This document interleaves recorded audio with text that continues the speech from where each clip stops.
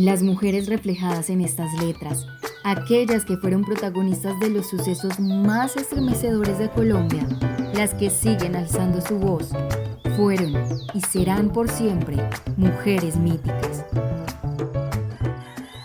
No era Semana Santa, pero Granada parecía estar en una procesión sin final, un viacrucis de años. Hay quienes dicen que cada persona carga el peso de su propia cruz, y en este municipio el conflicto no tuvo compasión para que en cada cruz los habitantes cargaran a 1, 2, 3 y hasta 4 muertos. No hay dolor sin felicidad previa, y ella sonríe y hace memoria.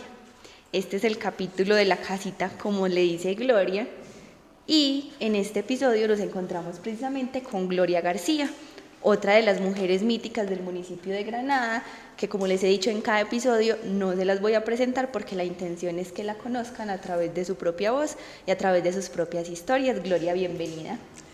Buenos días, ¿cómo están? Bueno, Gloria, la intención es que te sientas súper cómoda, que este sea un espacio seguro para que nos cuentes tu historia, nos cuentes lo que recuerdes. Entonces vamos a empezar con una primera pregunta y es ¿de dónde viene Gloria? ¿Cómo era ese contexto cuando eras más niña, más joven, en el que Granada todavía no estaba como tan inmerso en ese conflicto armado? ¿Cómo se recuerda usted? Granada era muy bueno. Yo venía aquí cuando joven. Siempre ha sido el pueblo aquí en donde nosotros hemos salido. Me ha gustado mucho ¿Con aquí. quién vivía? Sí. Yo vivía con mi mamá y con mi papá en la vereda de la cuadra. ¿A qué se dedicaban? Al café, a la caña, al plátano, a sembrar cebollas y de todas esas cosas. Entonces usted se dedica como ese tiempo de su niñez, juventud, a trabajar el campo. Sí. Y ya después decide casarse. Cuéntenos un poquito cómo es la historia, quién era su esposo. Después me casé y me fui a vivir por ahí por los lados del pabellón. Por ahí viví como año y medio con mi esposo. ¿Quién era su esposo? ¿Cómo eran esas dinámicas de vida? Cuénteme un poquito de toda esa historia. Yo me casé como de 15 años y duré con mi esposo año y medio. Allá vivíamos en el pabellón, vivíamos de lo más de bueno. ¿Y a qué se dedicaban? También a los cultivos y al campo. A sembrar café, caña, plátano. Ahora sí retomemos un poquito de esa historia que me estaba contando, porque supongo que ahí es donde usted se da cuenta que empieza como el conflicto armado. ¿Qué pasó ese día, esa noche? Pues que vino una gente armada ahí a mi casa y se llevaron a mi esposo. Y mi esposo estaba cuidando un caballo. Y entonces cuando yo le estaba sirviendo comida, cuando menos piense llegó una gente tapada la cara y amarraron a mi esposo y se lo llevaron. Y entonces yo les decía que por qué lo iban a llevar. No, que nosotros lo volvemos a traer ahora y nunca más volvieron a traerlo. ¿Y usted qué hizo en esos momentos? Yo hice en ese momento, me quedé ahí llorando y como a los 15 o 20 minutos yo sentí los tiros. Y yo dije, ay, Dios mío, me lo mataron. Pero a mí me daba como mucho miedo, como irme a buscarlo, porque yo le tengo mucho miedo a la noche. Entonces yo me quedé ahí con mi hijo de 8 mesecitos y yo le pedí a Diosito y a la Santísima Virgen María que me diera como sueño para yo quedarme dormida, porque es que un miedo muy berrión. Y sí, me acosté con mi niño y al otro día yo me bañé, me organicé, ordeñé una vaca, le di a mi niño leche y me fui a buscarlo y pues como a los 15 o 20 minutos encontré a mi esposo tirado. Y ya me fui por un vecino a decirle que mi esposo lo habían matado y él no me creía. Él me dijo, ¿cómo así? Le dije, sí, venga, si quiere asomémonos y verá que él está tirado ahí. Y entonces ya ese vecino se fue para San Carlos para poder traer una ataúdcita para poder llevar a mi esposo. Y digo una cosa, eso es muy duro, ay Dios mío, necesito no saber qué queda de 16 años y medio con un bebé de 8 meses para no levantarlo, eso es muy duro.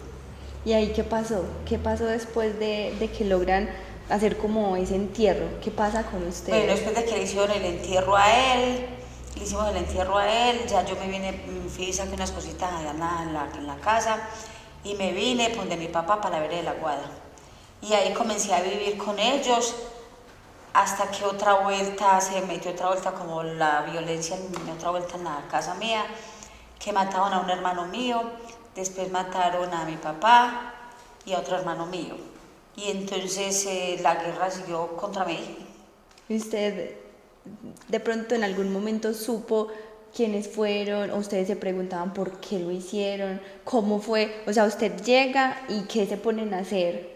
Pues usted llega a trabajar con su papá y Con sus mi hermanos. papá y ¿Cómo con fue mi eso? mamá, ya yo trabajaba en una escuela haciendo el restaurante escolar de los niños, ya dejaba yo el niño con mi mamá y con mi hermana, porque mi papá jornaleaba y todo, y yo también le ayudaba a coger café y todo, y entonces éramos muy pobres, entonces teníamos que ayudarnos entre todos para poder salir adelante.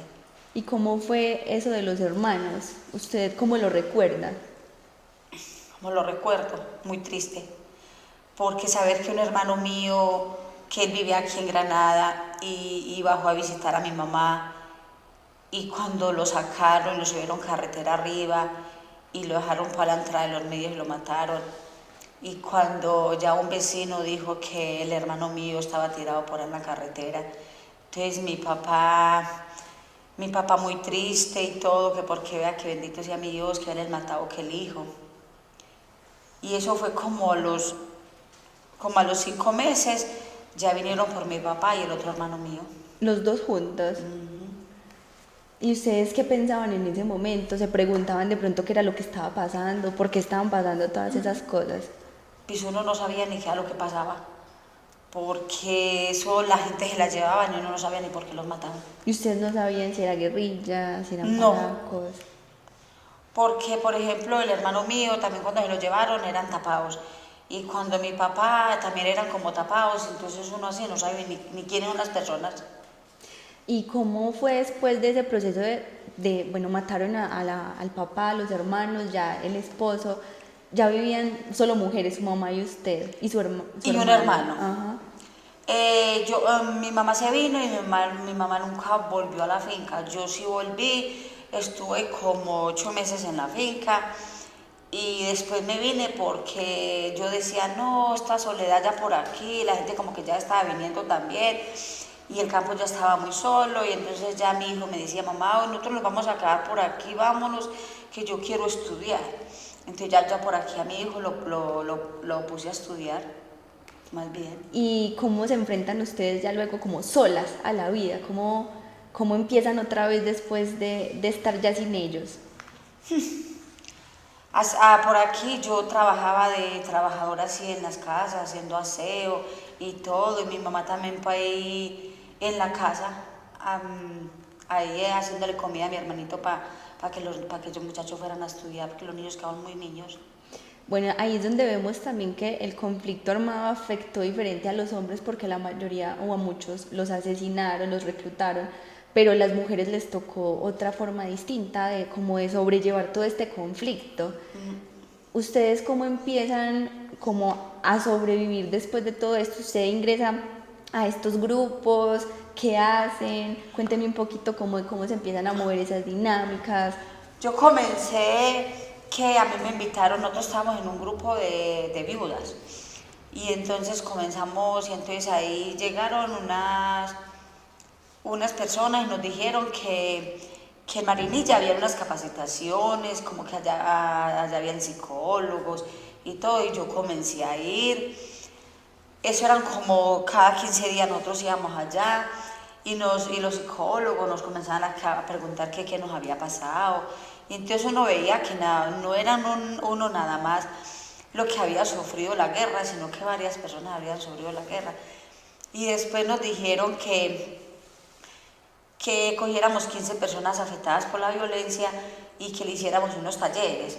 Entonces a mí me tocaba con otra muchacha venir y hacíamos los talleres y después llevamos allá lo que las personas, lo que la gente nos contaban y todo. Y después de eso yo veía que nada más no era yo la que estaba afectada, sino muchas personas.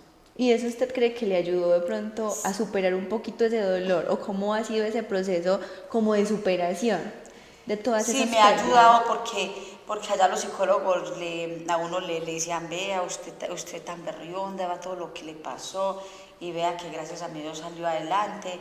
Y yo digo una cosa, uno por los hijos sigue adelante, porque uno con un bebé de 8 meses y entonces se queda uno estancado, pues entonces ahí se muere de tristeza. No, yo fui berrionde, yo como que mi papá me daba como ese valor y mis familiares de yo seguir adelante, gracias a Dios. Y aquí Bueno, vamos. vamos a tocar ya ese tema de los mitos, que es lo que nos junta, lo que en su momento nos juntó, empezar a hacer como ese trabajo de reconocimiento de los mitos. Pero antes de que usted nos cuente con qué mitos se identificó en su momento, ¿cuáles son los mitos que usted le contaban cuando estaba pequeña? Que es que la pata sola, que la llorona, y yo decía, ay, si se iban por un monte, o que algo que lloraban, y yo decía, ay, sí será verdad, qué miedo. Y no la llegaron a espantar. No. Bueno, después como ese reconocimiento de esos mitos, Gloria también se identificó con la barbacoa, que tal y como lo contábamos en alguno de los episodios, se decía que la barbacoa eran unos cargueros que llevaban a un muerto en una camilla y que si usted se los encontraba en el camino le decían carga o alumbra.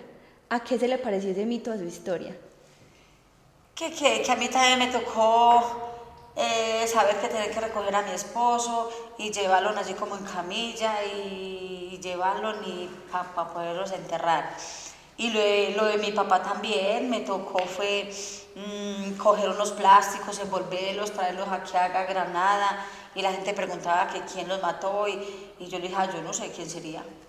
Entonces mire que eso es muy duro también, que la gente comienza como a averiguarle uno cosas y uno sin saber. ¿Y usted nunca supo? No, y uno con ese dolor tan grande y otro preguntándole.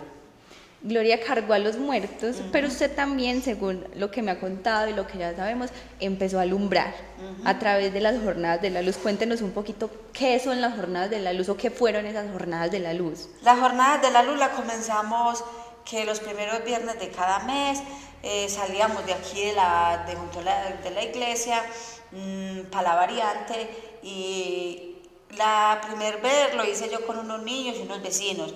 Ahí donde pues casi donde pusieron la bomba hicimos la palabra vida y ahí pusimos unas velitas y tomaron unos fotos y ahí están los recuerdos de las fotos de que tuvimos en la jornada de la luz. ¿Y cómo fue eso después? ¿Cómo fue creciendo? Fue creciendo porque ya nosotros le decíamos a la gente que los invitábamos a la jornada de la luz, que para que nos acompañáramos, que para que vieran que nada más uno no era víctima, sino que habíamos muchos los que éramos muchas víctimas. Gloria, pasemos a algo que a mí me ha parecido muy bonito de tu parte, que ya pues he tenido como la fortuna de conocerte, y es esa palabra paz. Para ti, ¿qué se ha significado esa palabra paz, dar la paz? Dar la paz es uno como la tranquilidad de uno, que por ejemplo que hay gente que lo critica a uno que porque yo le di la mano a una persona que vino a hacer paz aquí en Granada.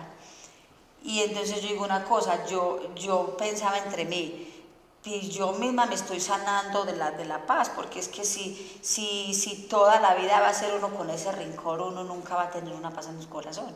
¿Cómo fue ese proceso de darle la mano a esa persona que vino a pedirles perdón? Cuéntenos esa historia.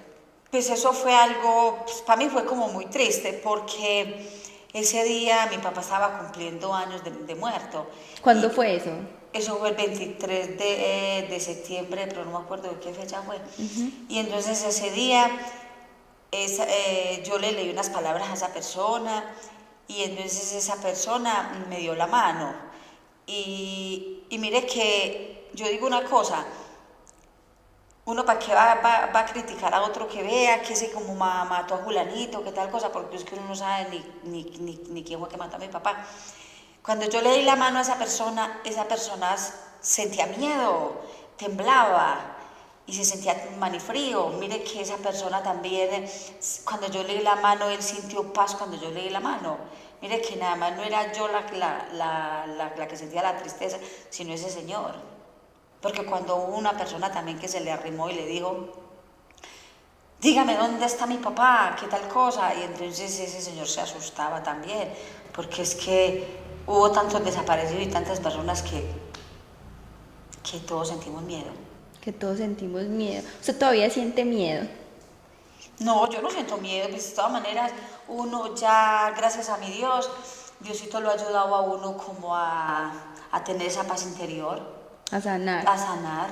¿Usted cómo cree que a través como de su propia historia ha podido ayudar a otras mujeres? A través de mi historia,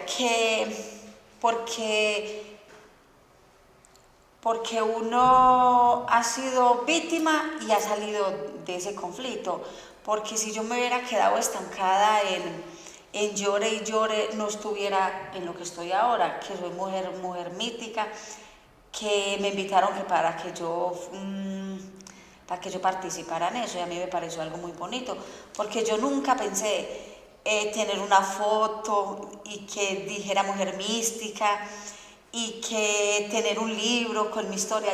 En ningún momento yo pensé eso. ¿Y cómo se siente ahora con eso? Me siento muy contenta.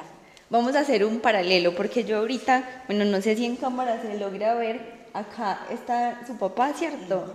Sus hermanos y su esposo. ¿Usted qué siente? Esto hace parte como de ese pasado. ¿Usted qué siente al verlos, pero también qué siente usted aquí sentada hoy, sabiendo que su historia está en un libro, que usted ya la puede contar y que en este momento puede tal vez ayudar a otras mujeres a sanar su corazón? Los veo ahí, siento como una paz, pero siempre siento una tristeza. Sí. Porque es que ahora en este mes también ya cumplen años de muertos. Como ¿Cuántos 20, años cumple? yo no sé si es 22 o 23 años de muertos. Los tres. Ellos tres. Dos hermanos y el papá. Porque mi esposo ahora en noviembre ajusta 30 años de muerto. ¿Usted pudo rehacer su vida después de todo lo que pasó? Sí, yo después voy a rehacer mi vida, ya sé. Voy a ajustar ahora como el 18 de este mes, ajusto 18 años de casada con mi esposo. Y ha valido la pena. Si usted pudiera cambiar algo de su historia, ¿lo haría? ¿O usted cree que eso de alguna manera finalmente la ha hecho ser esa mujer mítica que es hoy en día? Sí, porque mi esposo me ha apoyado y todo, y mi hijo también, entonces me siento una mujer mítica. Contémosle a la gente por qué usted es una mujer mítica. ¿Por qué soy una mujer mítica? Porque he sido valiente, trabajadora, he salido adelante. ¿Y qué mensaje le daría a otras mujeres que tal vez también pasaron por momentos difíciles o están pasando por momentos difíciles y encuentran en usted como una admiración o un punto de referencia? Que sean valientes y que sigan adelante, que por ejemplo si quedaron con niños pequeñitos, no los regalen, sino que sigan adelante con ellos, que porque los hijos eso es un regalo que Dios nos ha regalado. Y por último, cómo contar sus historias puede ayudar a que los jóvenes, otras mujeres en otros territorios que tal vez no vivieron el conflicto, puedan entender qué es la paz y puedan apostarle a esa paz. ¿Qué es la paz? Que, por ejemplo, seguir los caminos de pedirle uno mucho a Dios para que Dios le dé uno como esa paz, no como quedar uno como con ese rencor, sino que seguir adelante. ¿Y a usted qué es lo que más le gusta de usted ahora mismo? Que usted diga, yo soy así, me gusta mucho y este es el ejemplo que yo puedo dar a otras personas. Que he salido adelante, ahora yo tengo un proyectico de que yo hago jabones de caléndula, de romero, pomaditas de eucalipto, y me gusta mucho estar en todas esas capacitaciones para uno no quedarse como solo en la casa, sino salir adelante.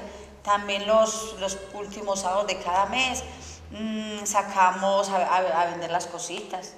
Cuéntenos un poquito, si la gente quiere comprar jabones o qué, viene a Granada, ¿cómo la buscan? Por ejemplo, yo en mi casa mantengo los jaboncitos. Si alguien quiere comprarme los jaboncitos de caléndula de romero, el número mío es 312-74-75-776. Yo me llamo Gloria García Herrera. Así es, Gloria. Bueno, con esto terminamos el capítulo de Gloria, una mujer mítica que desde ese mito de la barbacoa nos enseña que tal vez cargamos con un dolor o con 4 dolores en este caso, pero que también es posible volver a empezar y alumbrar caminos y ser luz para otras personas. Gloria, despídase con un mensaje que les quiera dar. Bueno, muchísimas gracias a todos. que sigamos adelante formando paz.